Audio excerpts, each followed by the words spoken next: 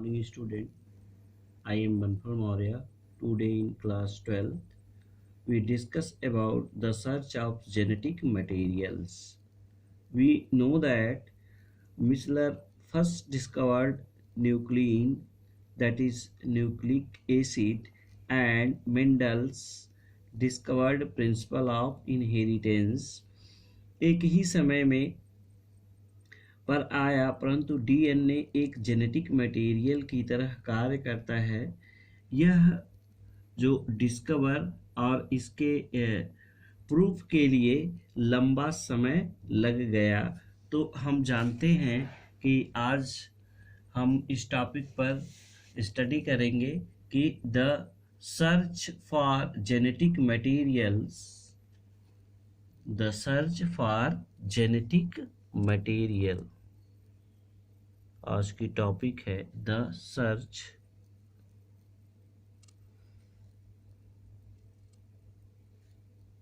For genetic material.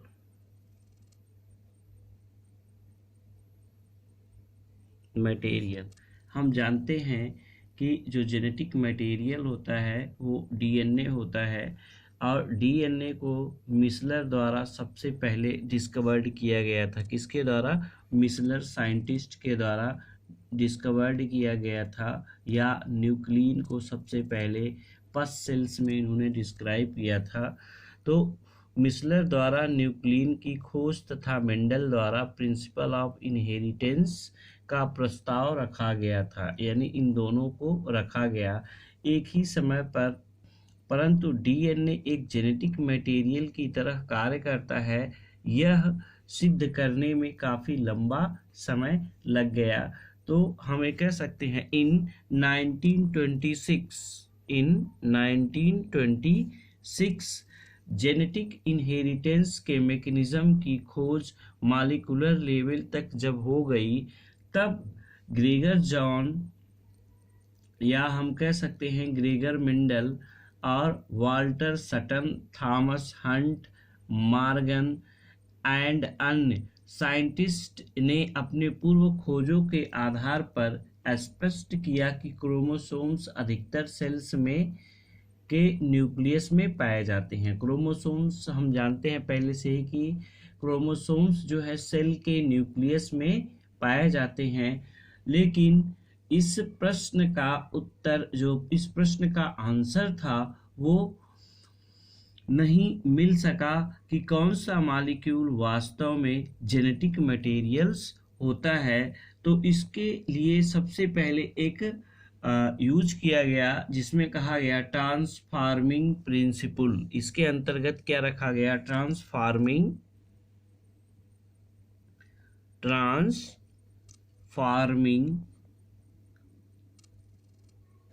Principal.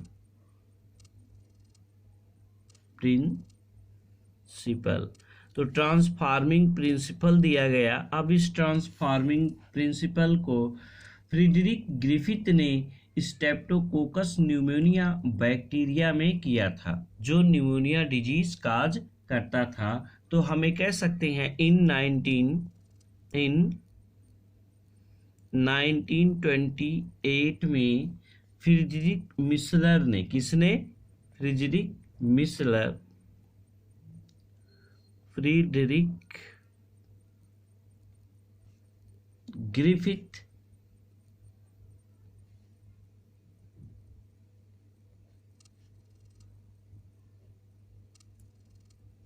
Griffith ने Streptococcus, Friedrich Griffith नामक scientist थे जो 1928 में ट्रांसफॉर्मिंग प्रिंसिपल को दिया था।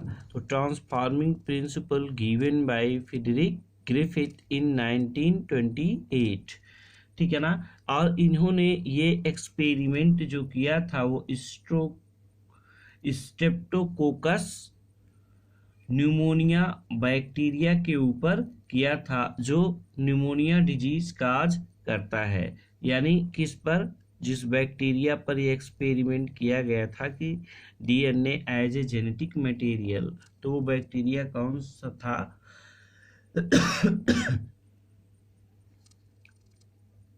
बैक्टीरिया स्ट्रिप्टोकोकस, उसका नाम था स्ट्रिप्टोकोकस,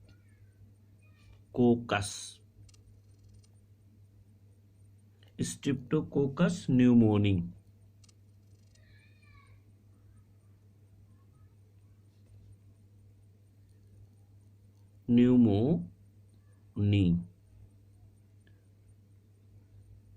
स्ट्रिप्टोकोकस न्यूमोनी बैक्टीरिया था, इस पर उन्होंने वर्क किया था। और ये बैक्टीरिया क्या काज करता था? Causes pneumonia disease. क्या काज करता था? Pneumonia disease.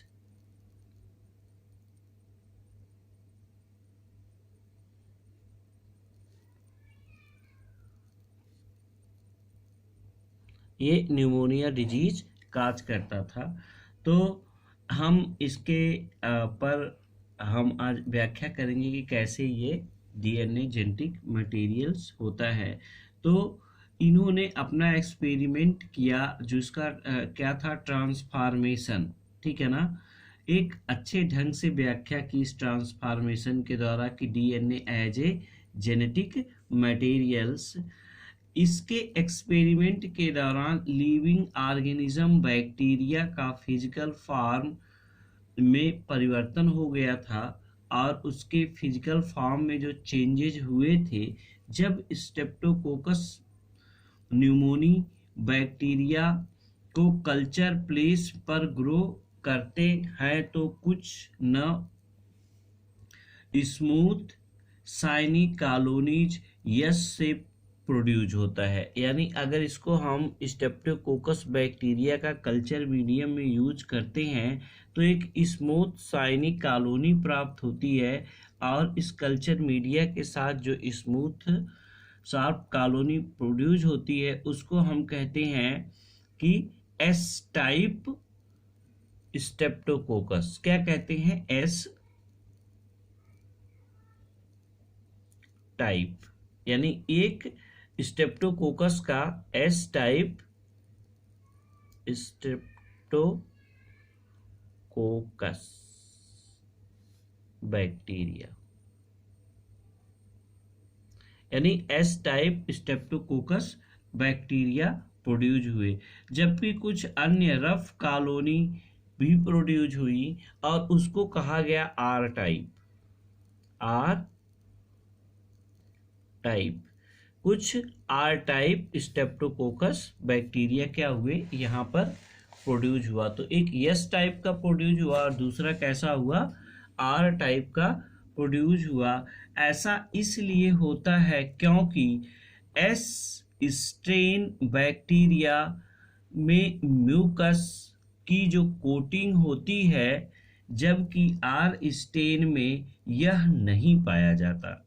यानी ऐसा इसलिए होता है कि जब एस स्टेन के बैक्टीरिया को कल्चर मीडियम में कराया गया तो उसमें जो म्यूकस की कोटिंग पाई जाती है, पॉलीसैकेराइड की कोटिंग होती है उनके बॉडी के ऊपर, जबकि आर टाइप वाले में, एस स्टेन वाले में यह कोटिंग नहीं पाई जाती। एस स्टेन जो है वायरुलेंट से इन्फेक्टिव माइस में तो न्यूमोनिया का इन्फेक्शन हो जाता है, ये मर भी जाते हैं। यानी जो एस स्टेन वाले बैक्टीरिया है, एस स्ट्रेन, STRAIN, तो जो एस स्ट्रेन वाले हैं ये वायरुलेंट होते हैं। क्या होते हैं? वायरुलेंट। ये कैसे होते हैं? वायरुलेंट होते हैं। और एस स्टेन से इन्फेक्टेड माइस तो न्यूमोनिया के इन्फेक्शन से मर जाते हैं, ठीक है ना? और आर वाले स्टेन में इन्फेक्टेड माइस न्यूमोनिया से नहीं मरते हैं। तो जब एस स्टेन के, एस स्टेन यानी हम यहाँ पे लिख सकते हैं एस स्ट्रेन, ठीक है ना, इंजेक्टेड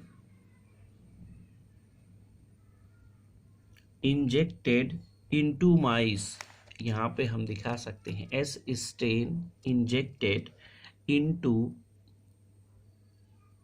माइस, इसको इंजेक्ट किया जाता है माइस में, तो ये क्या होते हैं, माइस डाई कर जाते हैं। माइस क्या होते हैं, माइस डाई मर जाते हैं। लेकिन जब आर स्टेन वाले को, आर स्टेन वाले को इंजेक्टेड करते हैं, इंजेक्टेड इनटू माइस, ठीक है, तो ये क्या होता है, माइस लीव करता है। माइस क्या करेगा, लीव करेगा, जीवित रह जाएगा, ठीक है ना। तो ग्रिफिथ ने बैक्टीरिया को गर्म करके, अब फिर जैसे 2 स्टेन लिए उन्होंने स्ट्रेप्टोकोकस के, एक एस स्टेन लिया और दूसरा आर स्टेन लिया। तो एस स्टेन को जब उन्होंने माइस में इंजेक्ट करवाया तो माइस क्या हो जाता है, मर जाता है, और आर स्टेन को करवाया तो माइस मरता नहीं बल्कि वो जीवित रहता है। तो ग्रिफिथ ने बैक्टीरिया को गर्म करके उन्हें मृत, जब इन्होंने, ग्रिफिथ ने इन दोनों बैक्टीरिया को क्या किया, हीट किल्ड कर दिया। यानी हीट किल्ड का मतलब उनको हीट किल्ड स्टेन बनाया, तो उसको गर्म कर दिया। तो या इस तरह से जब गर्म किया तो सारे बैक्टीरिया की कोट डिजॉल्व हो जाती है और वो क्या हो जाते हैं, डिस्ट्रॉय हो जाते हैं। तो इस प्रोसेस में जब ग्रिफिथ ने क्या किया कि उनको हीट किल्ड कर दिया, यानी उसको गर्म करके उसके इफेक्ट को मार दिया, heat killed, heat killed S strain. जब हीट किल्ड एस स्टेन को उन्होंने माइस में इंजेक्ट कराया, ठीक है ना, इंजेक्ट कराया, पर उनकी मृत्यु नहीं हुई, ठीक है। फिर अब जैसे इन एस स्टेन के इंजेक्शन को जब शुरू में उन्होंने ऑब्जर्व करके लगाया था तो माइस मर जाता था, लेकिन एस स्टेन बैक्टीरिया को गर्म करके उसका हीट किल्ड कर दिया। फिर एस स्टेन जो है माइस में लगाया तो ये एस स्टेन फिर इंजेक्ट किया, हीट किल्ड स्टेन एस का जब उन्होंने इंजेक्ट किया, इंजेक्ट, तो माइस क्या किया, लीव किया, माइस जीवित रह गया, लीव हो गया, ठीक है ना। बात समझ में आई। लेकिन जब उन्होंने हीट किल्ड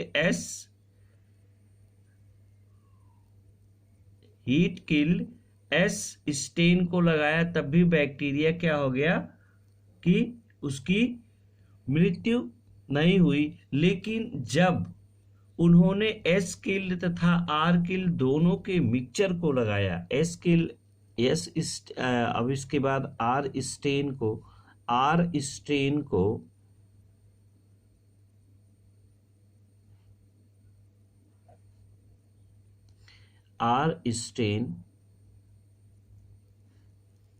को उन्होंने जब इंजेक्ट किया तो माइस क्या हुआ, नहीं मरा, माइस लीव।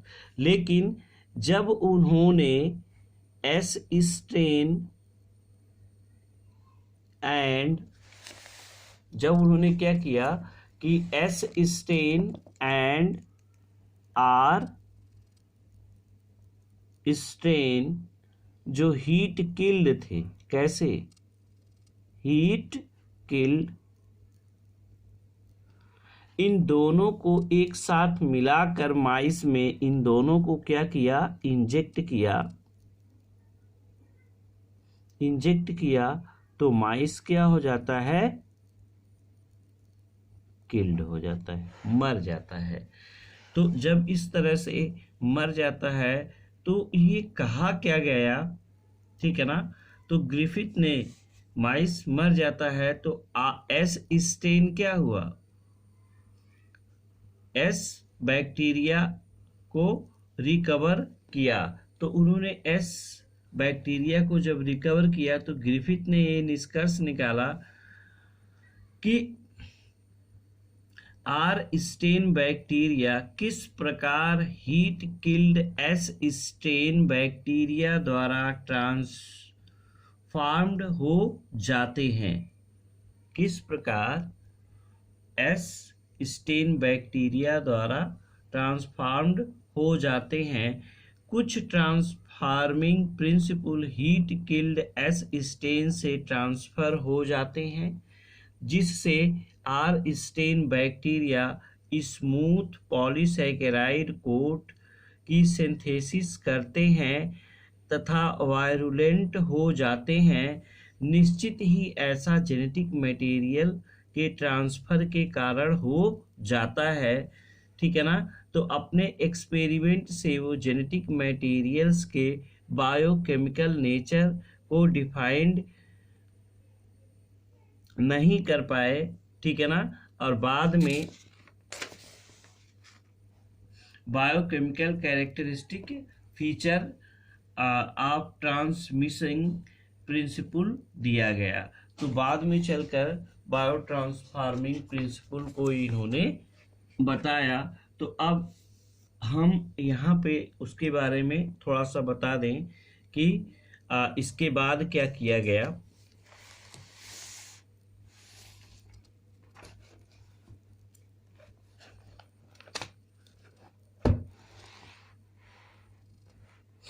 यहाँ पे सिंपल से अभी हमने आपको बताया कि ग्रिफिथ ने क्या किया था अपने एक्सपेरिमेंट में। एक एस टाइप बैक्टीरिया लिया था, एस टाइप बैक्टीरिया। जब इसको माइस में इंजेक्ट करवाया, ठीक है ना, तो इंजेक्ट किस में करवाया, इंजेक्ट इसमें माइस में, तो माइस क्या हो गया, डाई हो गया। माइस क्या हो गया, डाई हो गया, यानी माइस क्या हो गया, मर गया। ठीक है। और जब आर टाइप के स्टेन को बैक्टीरिया का जब उसने इंजेक्ट करवाया तो माइस क्या था, माइस लीव था। ठीक है।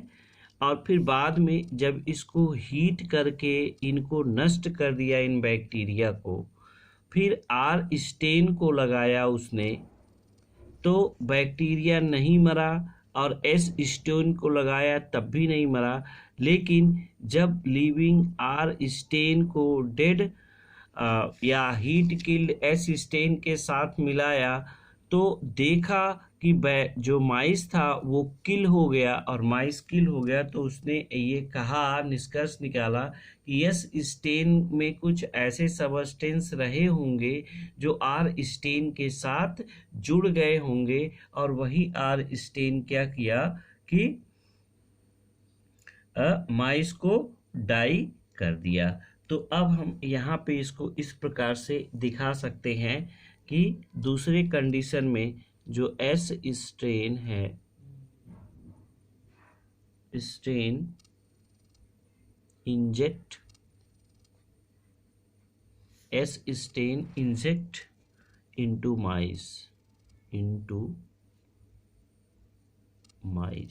ठीक है ना।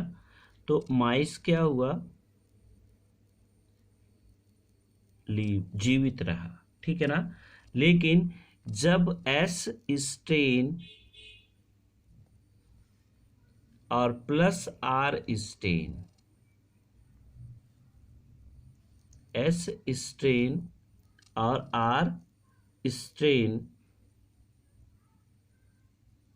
दोनों को एक साथ इंजेक्ट कराया, इंजेक्ट इनटू माइस, देन माइस डाई कर जाता है, जिससे ये सिद्ध होता है कि जो स्टेन है ये हीट किल्ड, और इन दोनों में जो कोई जेनेटिक कॉम्बिनेशन हो जाता है जिसके वजह से चूहे की मृत्यु हो जाती है, और इस चीज़ को वो डिफाइन नहीं कर पाए थे, बाद में चलकर इसको डिफाइन किया था। तो ये नेक्स्ट क्लास में हम इसको पढ़ेंगे, biochemical characterisation of transforming principle. ठीक है ना। तो biochemical characterisation of transforming principle के बारे में हम नेक्स्ट क्लास में स्टडी करेंगे। तब तक के लिए धन्यवाद।